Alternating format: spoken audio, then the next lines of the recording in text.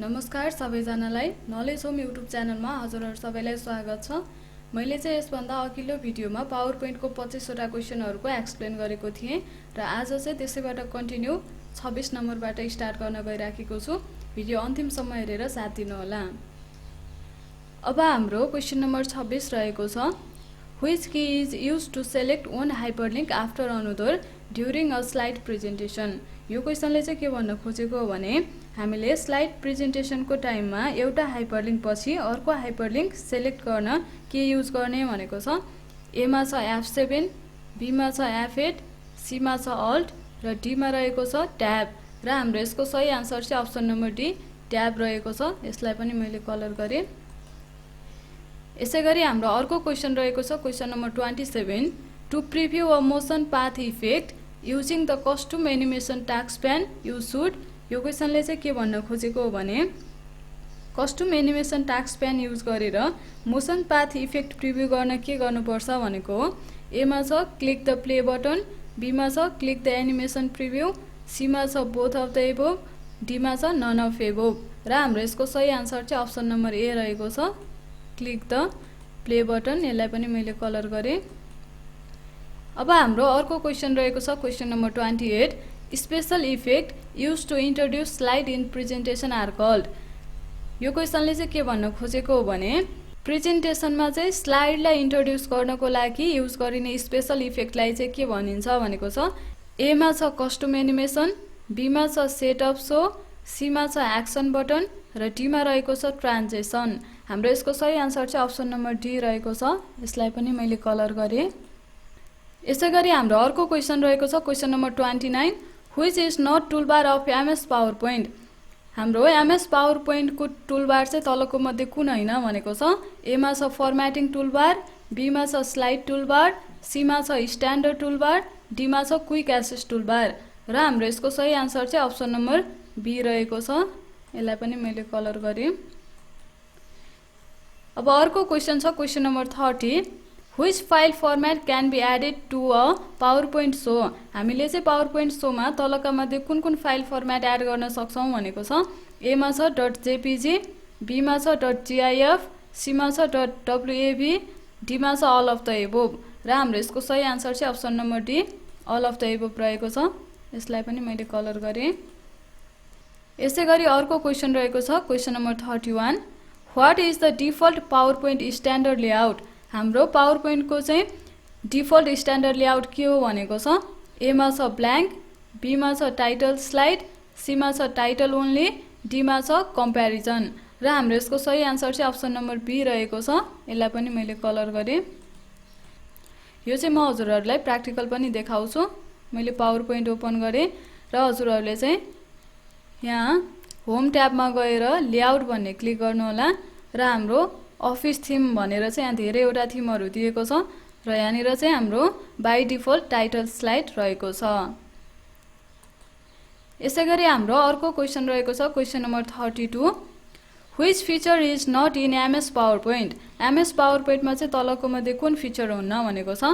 ए मा छ scan virus, be मा छ जुम, सी मा छ स्लाइड शो, डी मा छ ब्याकग्राउन्ड कलर। हाम्रो यसको सही आन्सर चाहिँ अप्सन नम्बर ए रहेको छ। यसलाई पनि मैले कलर गरे। अब अर्को क्वेशन रहेको छ question number 33, which view help to rearrange the slide easily and quickly. यो क्वेशनले चाहिँ के भन्न खोजेको हो भने हामीले स्लाइडलाई चाहिँ इजिली रिअरेन्ज गर्नको लागि कुन भ्यूले हेल्प गर्छ भनेको छ।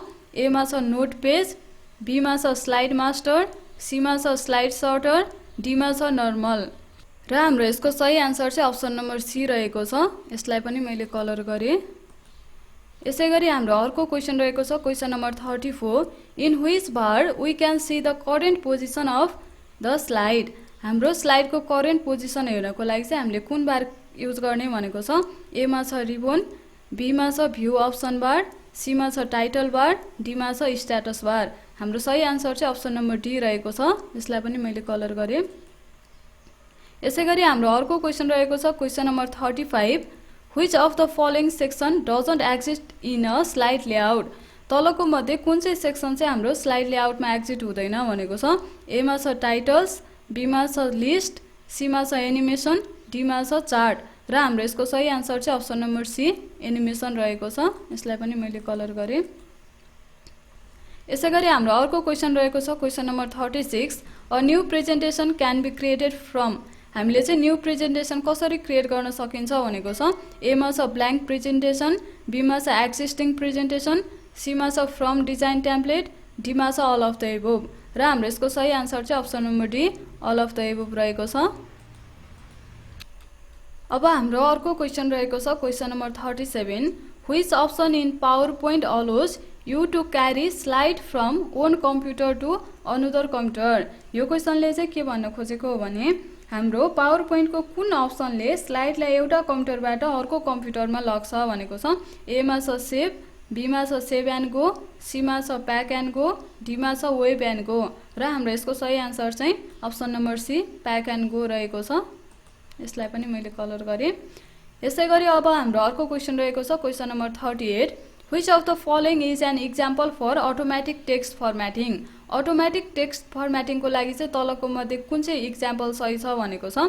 एमा छ अन्डरलाइन हाइपरलिङ्क, बीमा छ एडजस्टिङ एक्स्ट्रा स्पेस, सीमा छ replacing two S with a hyphen, डीमा छ अल अफ द एबोभ। र हाम्रो यो क्वेसनको सही आन्सर चाहिँ अप्सन नम्बर डी रहेको छ। यसलाई पनि मैले कलर गरेँ। यसैगरी अर्को क्वेसन रहेको छ question number 39 power point presentation is collection of. हाम्रो पावर पोइन्ट प्रेजेन्टेसन चाहिँ के को कलेक्सन हो भनेको छ। एमा छ स्लाइड एन्ड ह्यान्डआउट्स, बीमा छ स्पिकर्स नोट, सीमा छ आउटलाइन्स, डीमा छ अल अफ द एबोभ। र हाम्रो यसको सही आन्सर अप्सन नम्बर डी रहेको छ। यसलाई पनि मैले कलर गरिहालेँ। यसैगरी अब हाम्रो अर्को क्वेसन रहेको छ question number 40 which command select all object at one time when selecting multiple object to be deleted. यो क्वेसनले चाहिँ के भन्न खोजेको हो भने हामीलाई चाहिँ धेरैवटा अब्जेक्टहरू डिलिट गर्नु पर्यो। त्यति बेला चाहिँ हामी सबै अब्जेक्टलाई चाहिँ कसरी सेलेक्ट गर्न सक्छौँ, कुन कमान्ड युज गरेर चाहिँ सेलेक्ट गर्न सक्छौँ भनेको एमा छ अल्ट प्लस ए, बीमा छ कन्ट्रोल प्लस ए, सीमा छ सिफ्ट प्लस इन्टर, डीमा छ इडिट सेलेक्ट अल। र हाम्रो सही आन्सर चाहिँ option number D edit select all रहेको छ। यसलाई पनि मैले कलर गरेँ। अब हाम्रो अर्को क्वेसन रहेको छ question number 41 what is the use to describe the separation of a clip art object into different parts so that it become a PowerPoint object. यो क्वेसनले चाहिँ के भन्न खोजेको हो भने क्लिप आर्ट अब्जेक्टलाई डिफ्रेन्ट पार्टमा सेपरेट गरेर पावर पोइन्ट अब्जेक्ट बनाउन के युज गर्ने भनेको छ।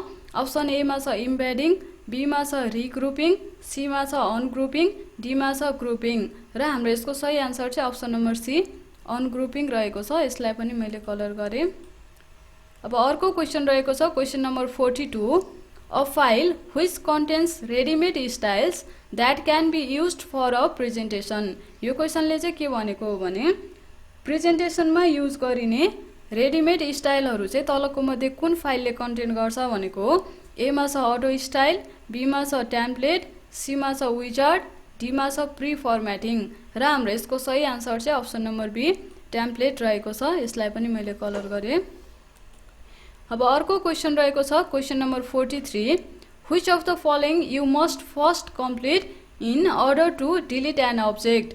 अब हामीलाई चाहिँ कुनै पनि अब्जेक्ट डिलिट गर्नु पर्यो भने सबैभन्दा पहिला के गर्नुपर्छ भनेको छ। एमा छ डबल क्लिक द इमेज, बीमा छ सेलेक्ट द इमेज, सीमा छ रिसाइज द इमेज, डीमा छ move the image in new location. हाम्रो सही आन्सर अप्सन नम्बर बी रहेको छ। यसैगरी हाम्रो अर्को क्वेसन रहेको छ question number 44 want your logo in the same position on every slide automatically insert it on the.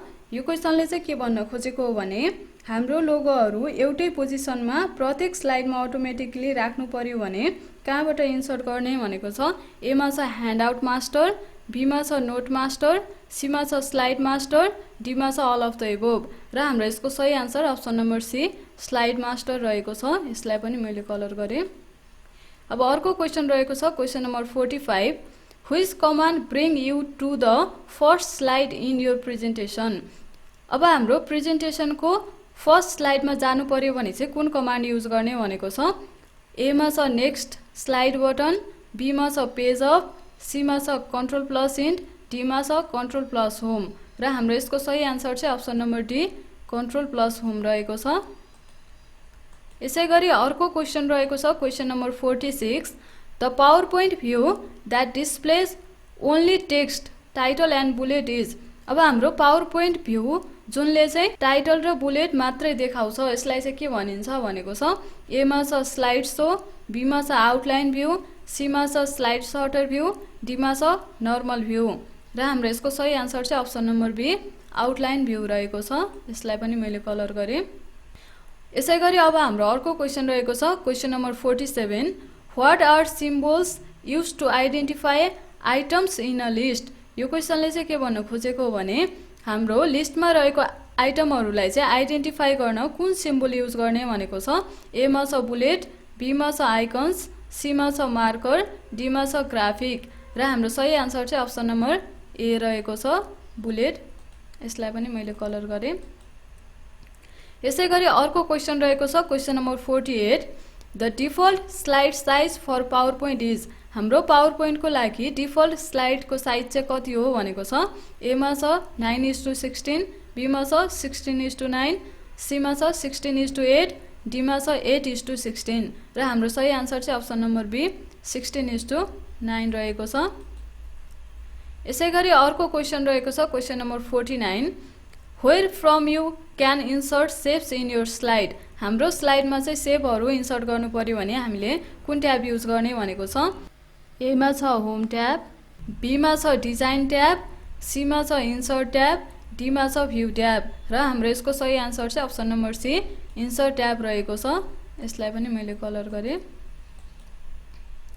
यसैगरी हाम्रो अर्को क्वेशन रहेको छ question number 50 which of the following feature should you use when typing in the note text box. यो क्वेशनले चाहिँ के भन्न खोजेको हो भने हामीले नोट्स टेक्स्ट बक्समा टाइप गर्दा तलको मध्ये कुन फिचर युज गर्ने भनेको छ।